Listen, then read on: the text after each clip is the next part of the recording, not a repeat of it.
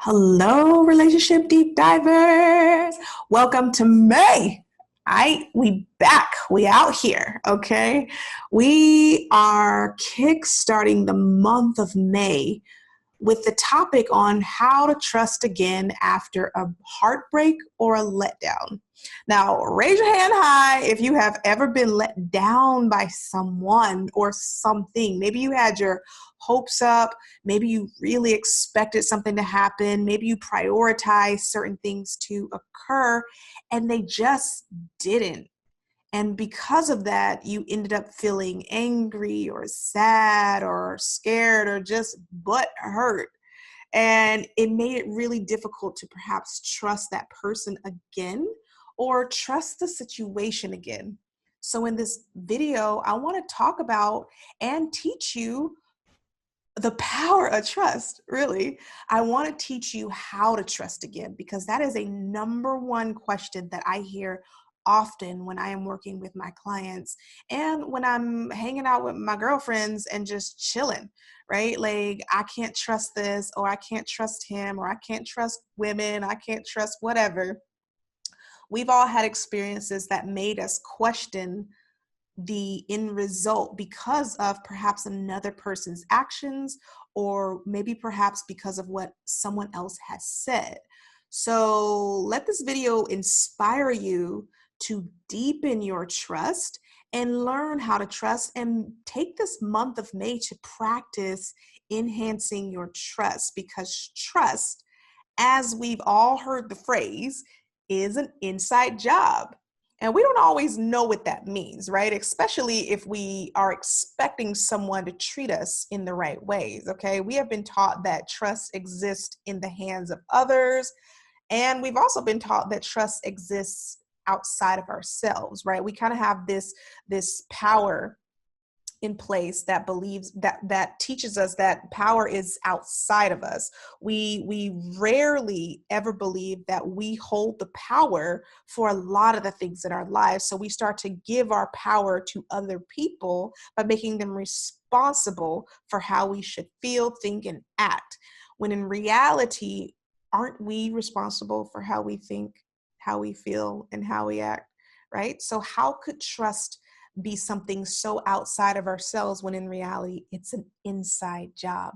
So I'm going to break down what that actually means in this video and give you several steps to begin the trust process, especially if you are someone right now who is going through a heartbreak, a letdown, and you're struggling to trust. Maybe you are inside of a relationship with someone and you wish that they would change and do something different, but you're really struggling to trust that they will, or that things can get better.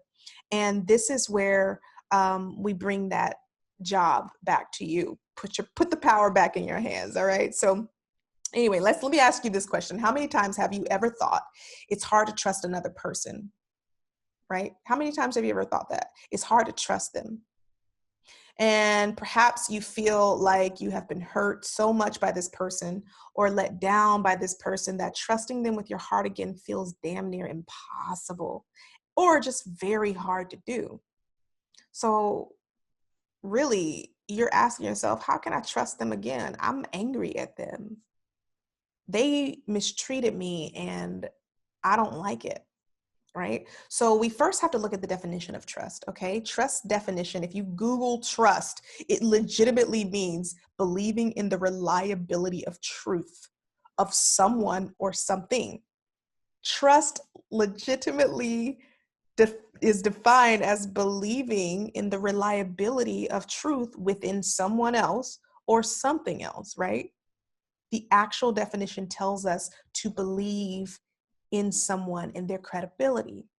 And credibility and reliability is often displayed by a person's behavior and a person's words. How many times have we always said, actions speak louder than words? And if we know that trust is built into that statement, then we've automatically given our power away.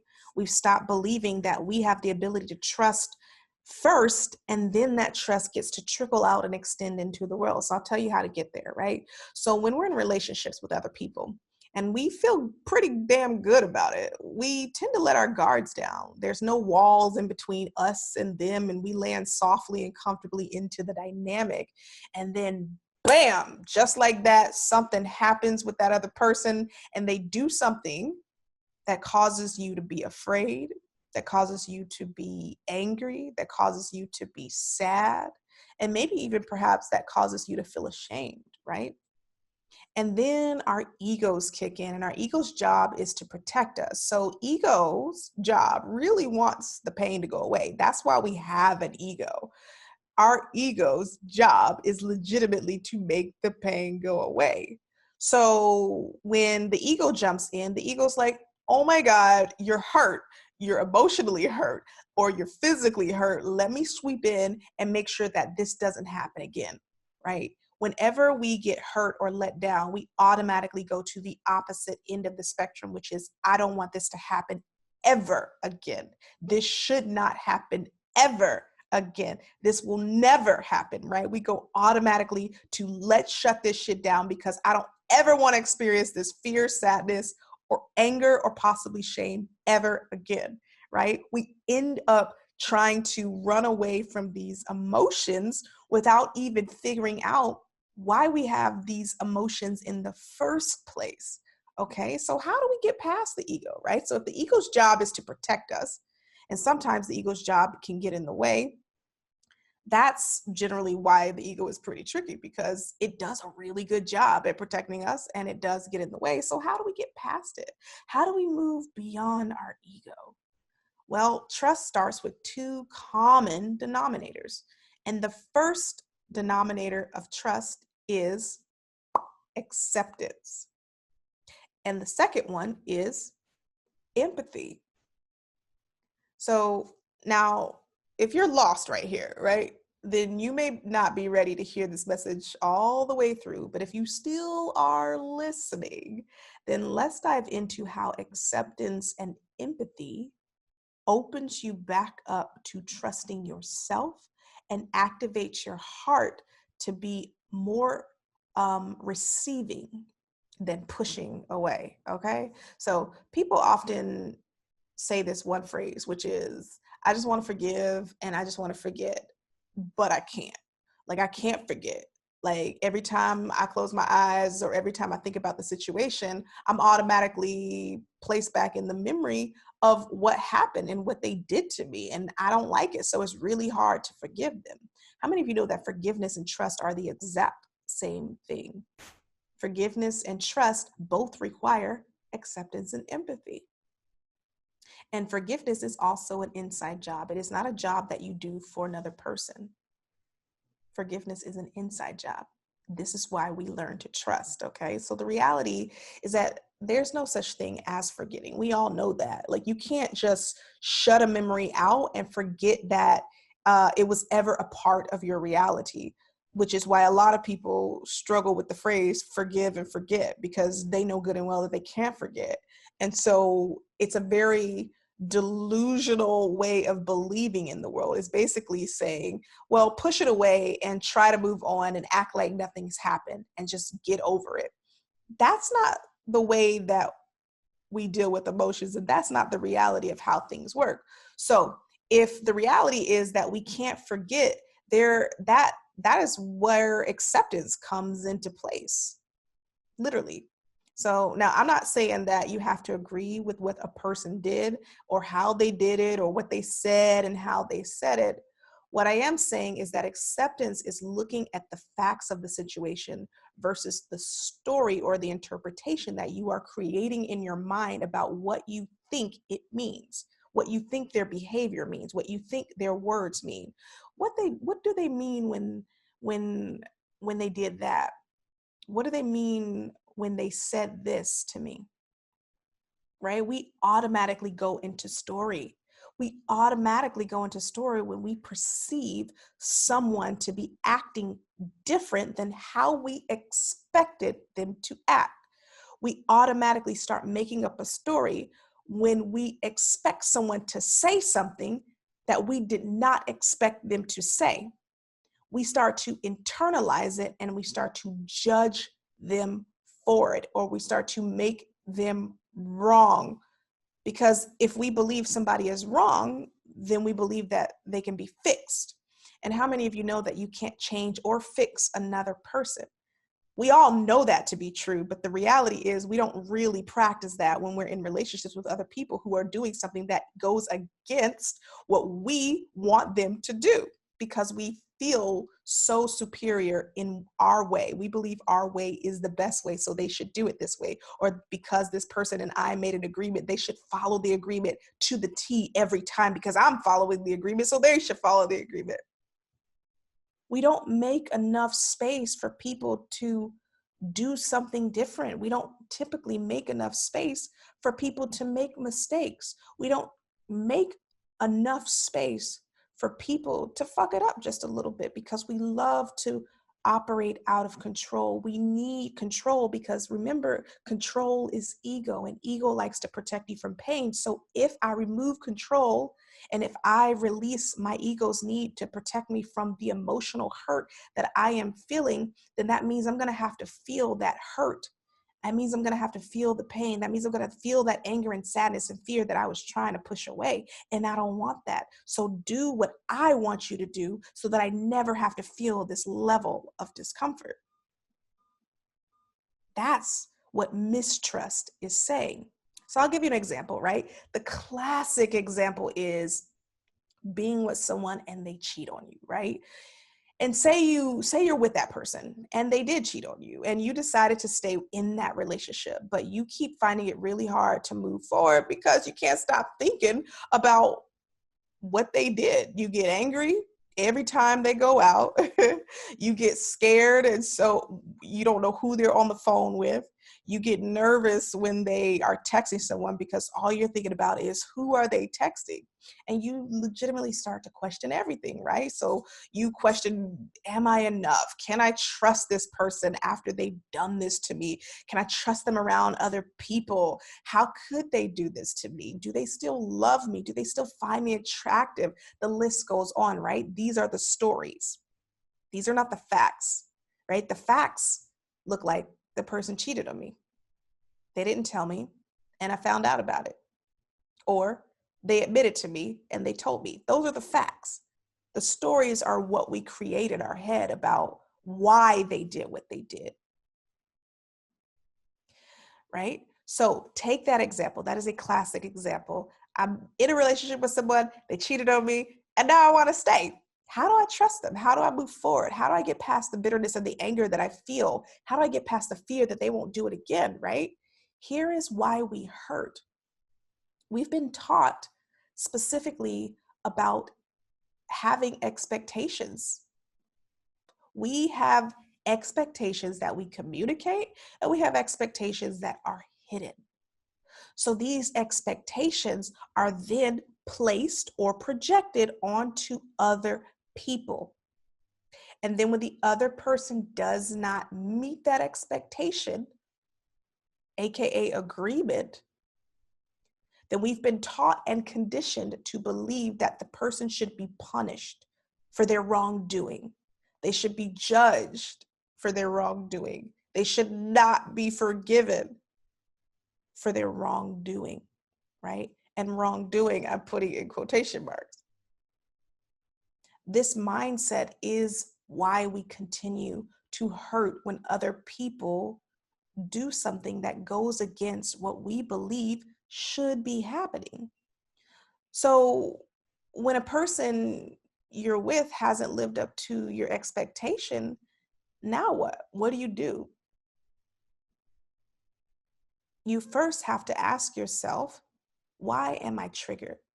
Right? If you haven't watched the last video in April, go watch that last video in April around up-level communication, because you want to figure out, why am I triggered? Am I triggered because this is a pattern? Am I triggered because it's a proclivity? Am I triggered because this is a potential, right? You want to inquire about your own trigger.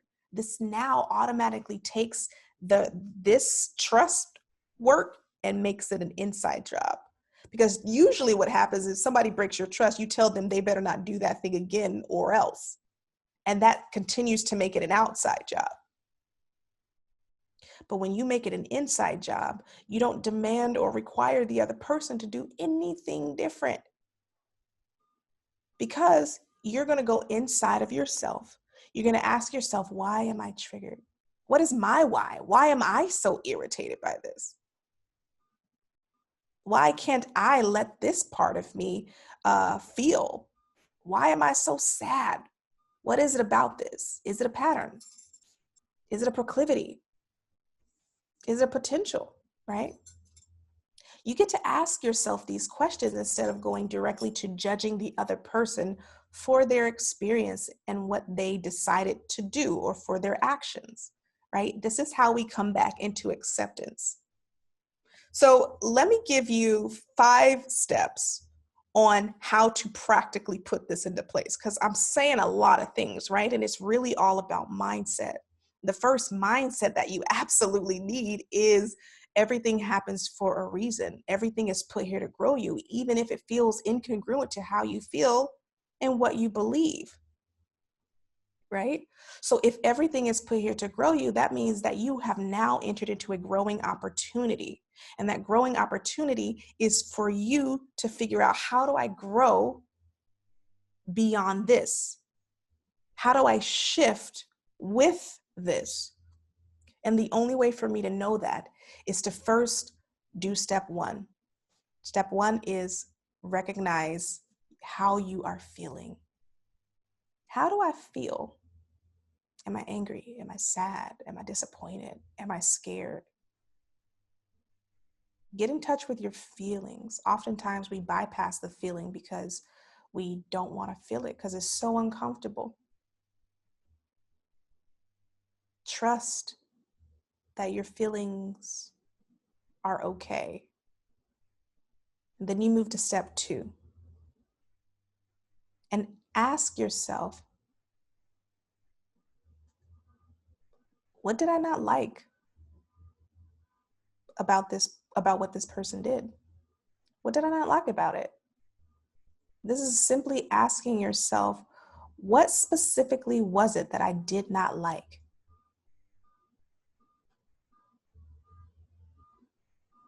Then number 3, acknowledge that what they did is not something that you can erase, something that you can't forget, and something that you can't take back.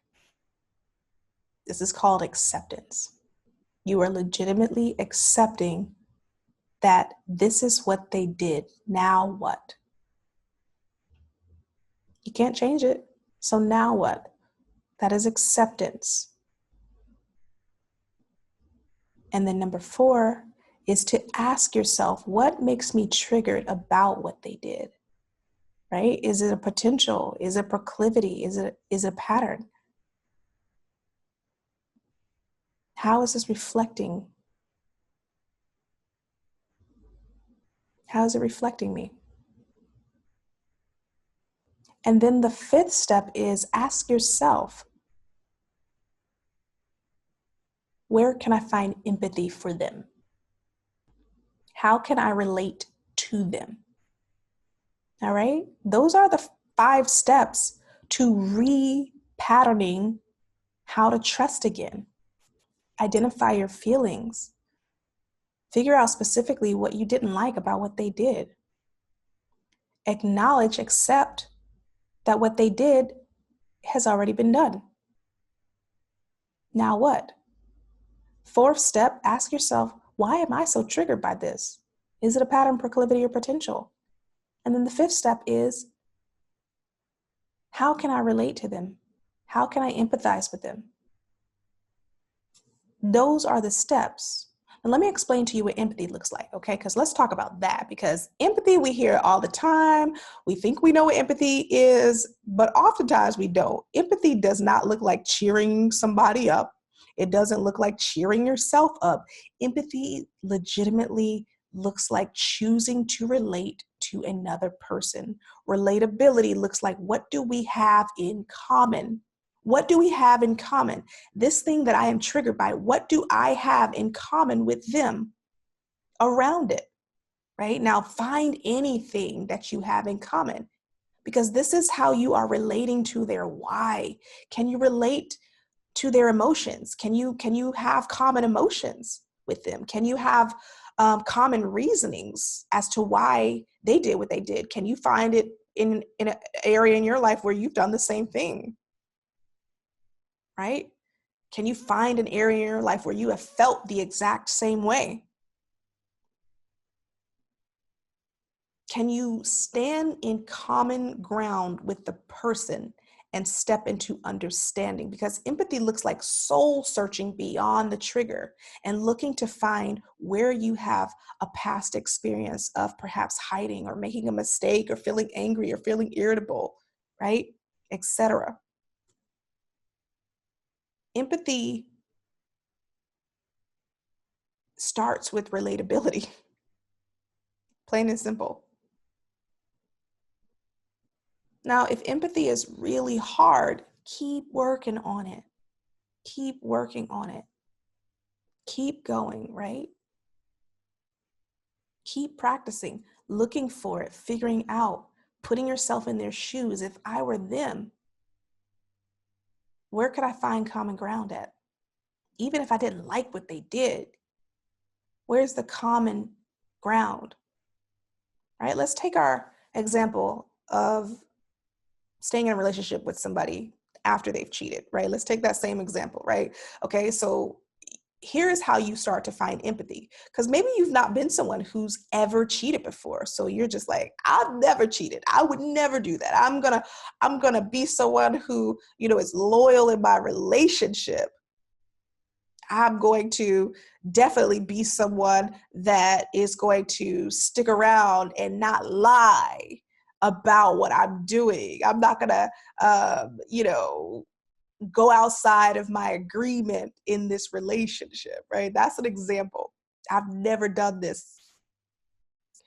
So here's how you find common ground with this. Say you're someone who's never experienced what just happened that made you super triggered. In this particular example, you could ask yourself, have I ever been in a situation where I broke an agreement with someone or something? Have I ever cheated?